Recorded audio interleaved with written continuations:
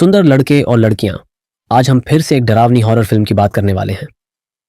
आधी रात के समय जैसे कोई छोटी मछली अकेली हो, वो जंगल के बीचों बीच सड़क पर गाड़ी चला रहा था। ये पहाड़ी सड़क बहुत सुनसान थी, न कोई ट्रैफिक लाइट, सिर्फ गाड़ी का म्यूजिक ही उसे और घबराहट दिला रहा था। ड्राइविंग थोड़ी आधी रात को सड़क किनारे खड़ी कार अपने आप में ही अजीब लग रही थी। खुशकिस्मती से छोटी मछली चायू ठीक था, बस थोड़ा थक गया था। लेकिन बुरी बात यह हुई कि उसका फोन टूट गया।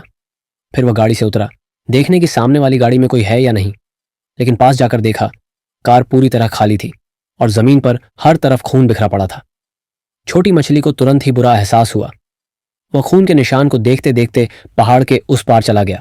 उसने नीचे की तरफ जोर से पुकारा, कोई है क्या? तभी एक टोपी पहने आदमी नजर आया। चलो उसे सांभियाओ कहें। शाओयू ने सोचा कि यह गाड़ी का मालिक है और मदद मांगने गया, लेकिन जैसे ही सांभियाओ पास आया, शाओयू ने देखा कि वो एक औरत को घसीटते हुए ला रहा था।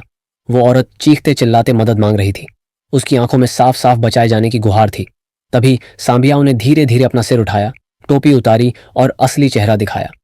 असल में सांभियाओ कोई साधारण इंसान नहीं, बल्कि जंगल में छिपा हुआ एक सीरियल किलर था जो राहगीरों की हत्या करता था। अच्छी बात यह रही कि शाओयू बच निकला, लेकिन थोड़ी देर बाद सांभियाओ फिर लौट आया। इस बार शाओयू पहाड़ी से कूदकर जंगल के अंदर भाग गया। सांभियाओ घबरा गया क्योंकि शाओयू बहुत तेज दौड़ रहा था और उससे काफी आगे निकल गया। शाओयू ने थोड़ी देर रुककर सांस ली और उसे याद आया कि उसका बॉयफ्रेंड पहले स्पेशल फोर्स में था। वह अक्सर शाओयू को जंगल में ले जाकर सर्वाइवल ट्रेनिंग देता था, जैसे रक्षा के तरीके, जाल बनाना और दूसरे ट्रिक्स। अब वही काम आ रहे थे। भागते भागते शाओयू ने कुछ जाल बिछा दिए, एक गहरा गड्ढा खोदा और उसमें लकड़ी की नुकीली तलवार जैसी चीजें गाड़ दी। फिर पेड़ के पीछे छिपकर सांभियाओ का इंतजार करने लगा, लेकिन जैसा सोचा था वैसा नहीं हुआ।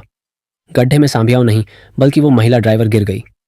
शाओयू उसे रोकना चाहता था, लेकिन बहुत देर हो चुकी थी। ड्राइवर गहरे गड्ढे में जा गिरी। उसकी जांघ लकड़ी की तलवार से बुरी तरह घायल हो गई और वह हिल भी नहीं पा रही थी। तभी सांभियाओ पीछे से आ पहुंचा। हाथ में छुरी ली उसने शाओयू की गर्दन में वार कर दिया, लेकिन शाओयू चालाक था। उसने जोर जोर से अपना शरीर हिलाना शुरू किया। क्योंकि छुरी पीछे से लगी थी, इससे सांभियाओ को चोट नहीं लगी, बल्कि शाओयू और घायल हो गया। यह देखकर सांभियाओ भी चौंक गया। उसे उम्मीद नहीं थी कि हालात ऐसे बनेंगे। इसी मौके का फायदा उठाकर शाओयू पूरी ताकत से भागा। ज्यादा दूर नहीं, वह एक खाली जगह पर पहुंचा और सबसे पहले उसकी नजर पड़ी एक बिना आंखों वाले आदमी पर।